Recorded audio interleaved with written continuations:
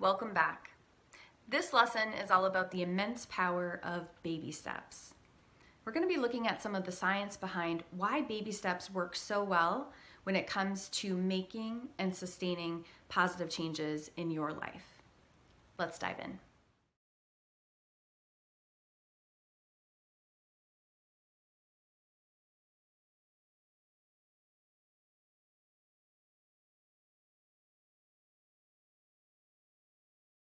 We're going to start talking about not only why you might be procrastinating, but we're going to discuss ways that you can move over here that are kind, I guess, not ways that you can get here again.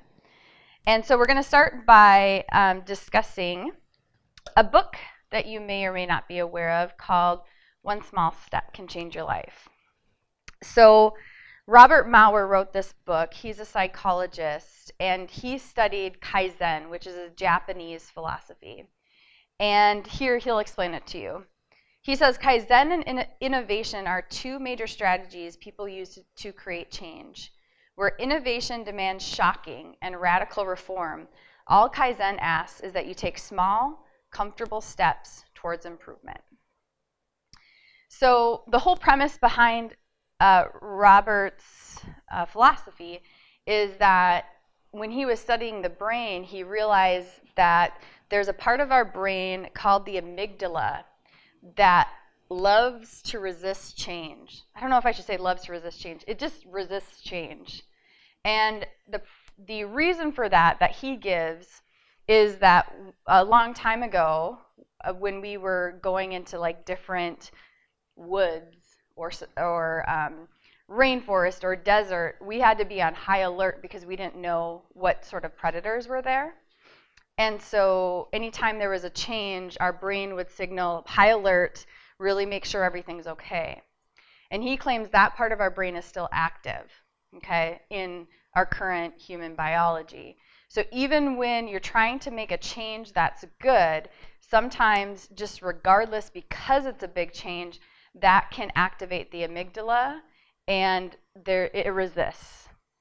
So that's why a lot of times you might think you're going to do this great New Year's resolution, right? And a part of you's fired up about it, and you don't know why, but 2 weeks later, you've totally fallen off the bandwagon. So that's literally, I would say, maybe a defense mechanism or an awareness tool that our prehistoric brain had and we still have today.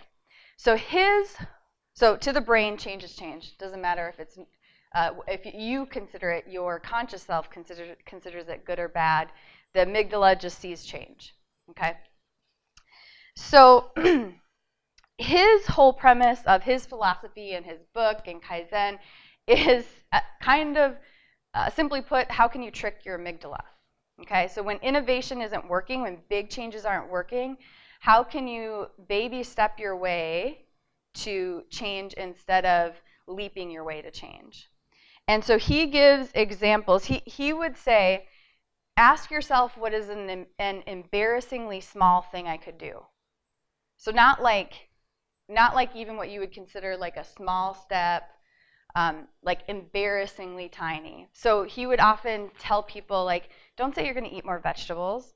Don't even say you're going to eat any vegetables. Just commit to 1 minute a day visualizing yourself eating broccoli.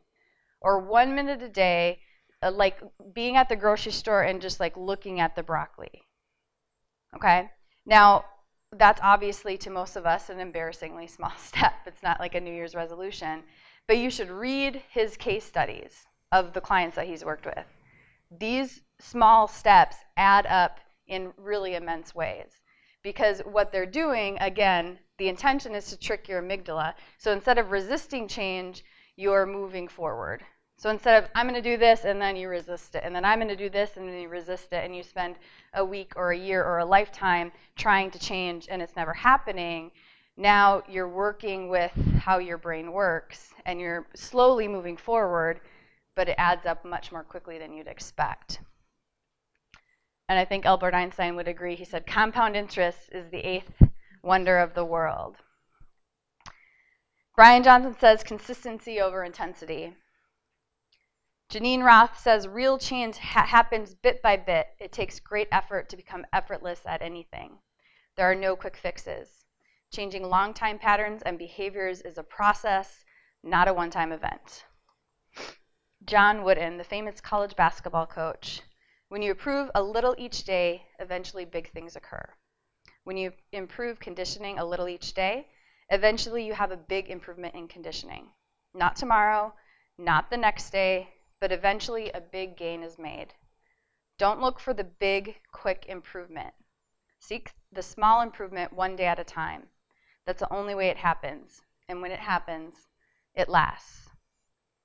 And as we've already heard from Tony Robbins, most people overestimate what they can accomplish in a year and underestimate what they can accomplish in a decade. And finally, one of my favorites from Joshua Rosenthal, go slow to go fast.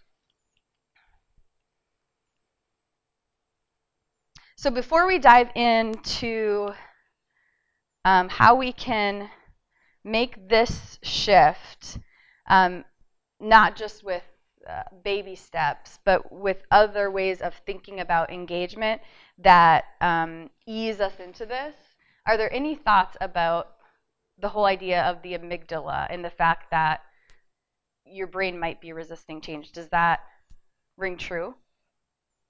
Have you guys ever had an experience like that where you thought you were actually excited about a change and then something happened and you weren't excited, or you stopped doing what you thought you were going to do? Yeah. I never thought of it as kaizen, but at our house, that practice works very well because with Jennifer having PTSD and being an artist, she likes to submit to different shows, and she's amazing in what she does, but she can do the art. She likes her art. She wants people to see her art, but when it comes to like actually submitting it, the process of submitting it is just a mental block for her. And so what we do at our house is when there's something that has to be done, it has to be done, and we don't want to do it. That's what we do as baby steps. So the first thing she'll do is like take her computer out, and then maybe like an hour or two later she'll turn it on. And then like maybe an hour or two later she'll like go to the website. And we just take steps till we get whatever the thing that needs to be done. But we don't just like say, okay, that's it, nope, submit, and we're gonna do the whole thing today. And it's hard for me because I don't do slow.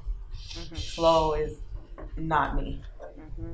But for me, I get the mental block where I'm like, okay, I'm gonna do this, and then I'm just like, nope, I'm not. And so instead, I completely wig out and go the opposite direction and say, well, since I didn't do what I said I was gonna do, then I'll just be bad and go the other direction. That's no good either. Right. You're certainly not alone in that, though. Well, and what came up as you were saying that's interesting is, for some people, just creating the art might be difficult, might be the stretch, might be the innovation. But for her, that's practice. So we all have different blocks. Do you know what I mean? We all, everybody's edge is so different for 1,000s of different reasons.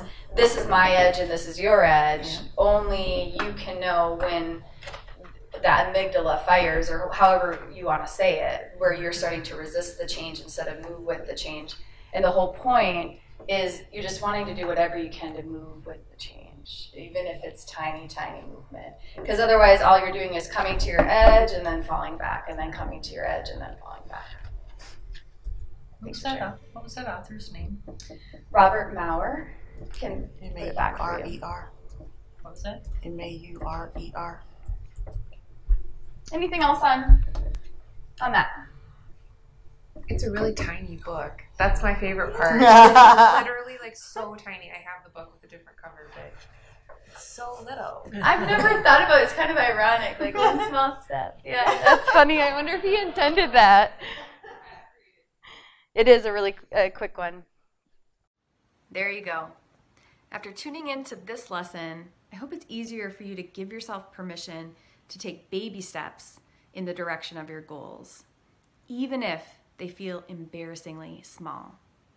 In the next lesson, we're going to look at the interesting things we often tell ourselves about engagement that can actually keep us stuck in disengagement. To dive into that conversation, head over to the next video, Module 5, Lesson 3.